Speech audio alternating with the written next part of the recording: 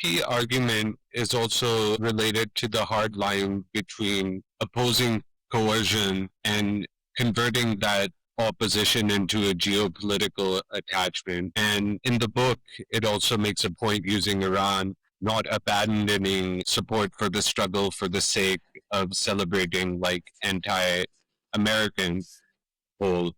What has to stay in view to hold that line, especially within when the international system is being polarized? You know, the global left, there is nowadays a strong stream of thought that could be called Campism, which means that, put it quickly,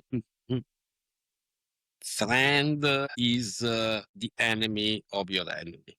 So if you think that the US is the only imperialist power, all the powers that oppose the US are your friends.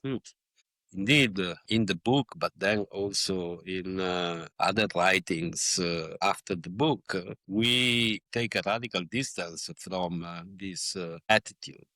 And this is because of several reasons. The first one, maybe the most important one, is that we link, as I was saying a minute before, opposition to the war with a new politics of liberation, constituent peace. And from this point of view, what matters more is the quality of social relations of production, if you wish, prevailing in each single country or region. That's the most important question. Look at Iran. What you say, again, to put it quickly, is something that has nothing to do with the politics of liberation. It's rather the opposite. So that's the first important point. But the second important point is that I do not identify imperialism with the United States of America. I think that imperialism today is a kind of logic that runs through the capitalist world system. So there are different forms of imperialism, and we have to struggle against the imperialist logic, to put it in these terms. Then, in specific conjunctures, you have to take stock of the fact that there are single powers that instantiate in an hyperbolic way the logic of imperialism. And today, this is certainly the case with the United States of America, a power that has a long history of imperialism, and that today, I repeat, instantiates in a kind of hyperbolic way the logic of imperialism. So you can also look in such conjunctions at the way in which the existence and the action of other powers contribute to contain and limit, at least potentially, the hyperbolic imperialism of a power like the United States of America under the second Trump administration. So I look carefully, for instance, at the way in which China is kind of moving. But this does not lead me to say China is an anti-imperialist power and we have all to side behind China. It's a different way, to look at these conflicts that matter. I really appreciate that. If politics isn't organized around choosing camps, anti-imperialism has to become a material practice. What does this imply for how solidarity is practiced? What is solidarity to if the primary mechanisms are material? Solidarity is a very important concept and practice. But I think that today, as you were kind of saying, we have to emphasize even more than in the past the materiality of solidarity, the material basis, material fabric of solidarity. You can show solidarity with a struggle that is developing far away from where you live. And at the same time, you can think that that struggle is completely different from the ones you are involved in. The materiality of solidarity emerges in the moment in which you are able to spot resonances between struggles that remain different but nonetheless have something in common. And it is this common, this material common, that should be, I think, at the basis of practices of solidarity. Yeah. And multi level internationalism is posed as an answer to the practical problem of, alongside the coordination question, sometimes framed through a new Zimmerwald. What mediations make internationalism possible on this train, and what organizational forms can connect struggles across borders without being translated into state projects? A new Zimmerwald is a kind of rhetorical invocation. I wrote about the need of a new Zimmerwald in the first article I wrote after the Russian invasion of Ukraine. I was, of course, aware of the fact that the situation today has really nothing to do with the situation at the beginning of the Great War in 1914, 1915. There were, at the time, huge socialist organizations in Europe, not only. Okay, social democracy had kind of abandoned, betrayed internationalism at the beginning of the war. But within social democratic organization, there were masses that at least potentially did not accept the abandonment of internationalism. This is a kind of political landscape that we cannot compare with the present. So while the history of internationalism, despite its failures, its catastrophic failures, remains a source of inspiration, we have to invent new political forms and a new political language if we are to restart an internationalist politics today. It is, of course, not easy to say which are these political forms. I'm not entitled to reply in a detailed way to this question. There are already many processes of networking going on across nations, across regions, across continents. And this is on the necessary basis to think about the question of new political forms. I think that infrastructures are particularly important today. Infrastructures of communication and of political organization. I'm thinking, for instance, of the huge mobilization in this country, in Italy, but also elsewhere, in Europe and in the Maghreb, to support the global Sumud flotilla between September and October. That was kind of sustained by the existence of networks and infrastructures of communication. But there is something that I would like to add on this point. A new internationalism is, of course, first of all, a political task, an urgent political task. But I think that internationalism is also a method for, the construction of political discourse and even for the testing and renewal of the theoretical paradigms that we use in our research working, in our writing. It is a method, meaning that when I speak of a politics of liberation, I have, of course, in mind experiences. I am involved in the city where I live, in Bologna.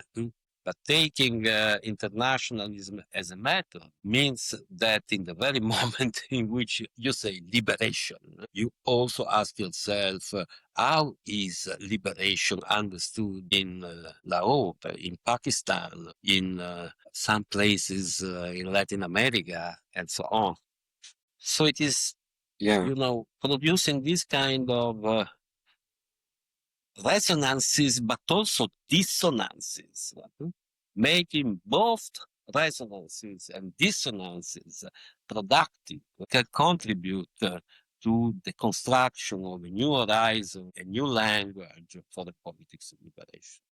And the West and the rest are not civilizational labels. They mark positions and relations inside the world system. What does that language allow both of you to specify about power and accumulation that North and South tends to moralize or flatten? And does it change how we name responsibility or complicity inside the West itself?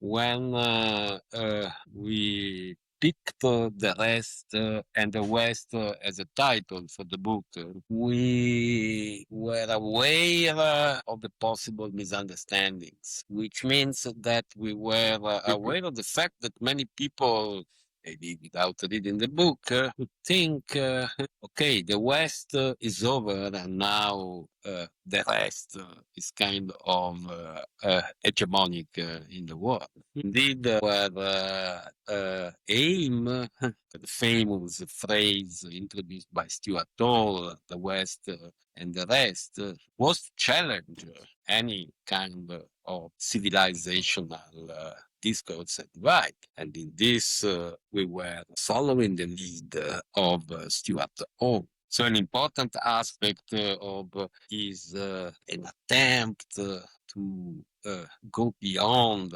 any civilizational understanding of both the West and the rest. It is important to say both the West and the rest, all the different kind of regions that compose the rest.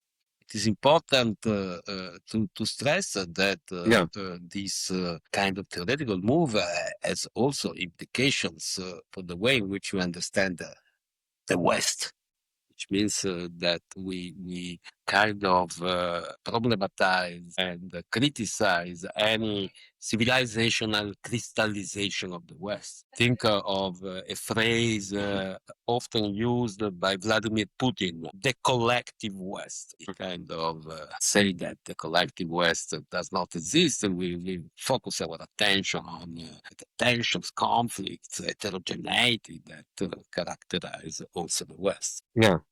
No, I really appreciate that. In the book, pole formation is described as layered with capitalist actors operating alongside states. How does centering capitalist actors change what geopolitics means in the book's account or your account? And which actors matter most for pole formation now? A way to read the book is to take it as a critique of geopolitics, a critique of the geopolitical approach, a critique that takes seriously the questions at stake in geopolitics, but attempts to open up completely different kind of angles on those topics, dynamics. I like to think that Vladimir Ilyich Lenin was doing something similar during the Great War while he was working on his popular trait on imperialism. We do not have to forget that geopolitics emerges as a kind of new science precisely in the couple of decades that precede the Great War. So Lenin, in his writing on imperialism, was taking seriously the questions at stake in geopolitical debates in early 20th century, but was trying to open up a completely different kind of political but also theoretical perspective. As I was already saying, the world is completely different today, but this kind of gesture remains important for me. And, it is not very easy to say which are the most important actors in the process of power formation. It's not a competition between states and capitalist actors that very often, operate in tandem. And there are some capitalist actors that operate like states, while there are some state structures that operate as capitalist actors. What is important for me is to hark back to a point I made before, which means the tension between different kind of spaces, the tensions between political space and operative spaces of capital. Let me give you just one example, because I think we reached the limit of our time. Take a country like Peru in Latin America. It is not Venezuela. It is not Bolivia. Peru has been ruled over the last 3 decades by authoritarian and or liberal governments. And it has always been geopolitically very close to the United States of America. In October 2024, a new giant container port was inaugurated north of Lima, the port of Chancay. And this port has been built with the huge Chinese investments. The Chinese public shipping company, Costco Pacific, is running the port. What about the space of Chancay? You see that this is a space that cannot be superimposed on, a political map of alliances. It is a space that exists in tension with the geopolitical alignments. Is it possible to remove this tension? I think this is a very important question. It is a question that is implicitly raised by the national security strategy of the second Trump administration that came out last November, where they say the Western hemisphere must be free of any adversary power. And it refers explicitly to logistics and infrastructure. But the question is it possible? This is just one example. I could easily multiply them.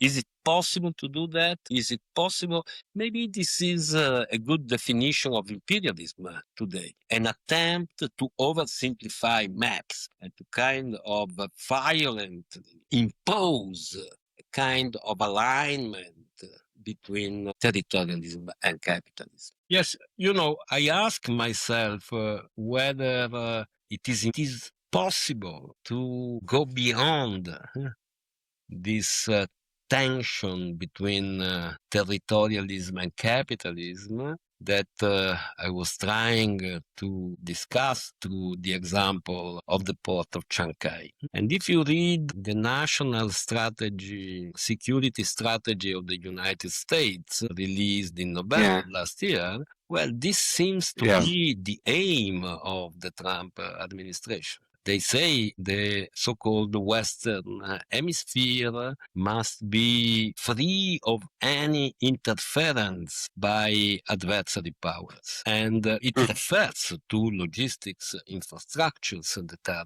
so crucial today. I could easily multiply the examples of this tension between political spaces, which means also political alliances, and operative spaces of capital. So the question is, I repeat, is it possible, and at which cost is it possible to impose a kind of simplification of maps, to put it metaphorically, and to go beyond these tensions? I think, in general terms, this can be a definition of imperialism today, precisely an attempt to oversimplify maps and to go beyond these tensions between political spaces, operative spaces of capital, a tension that has been crucial to capitalist development over the last decades. Thank you so much. Just one concluding question, and then I'll just read the concluding statement.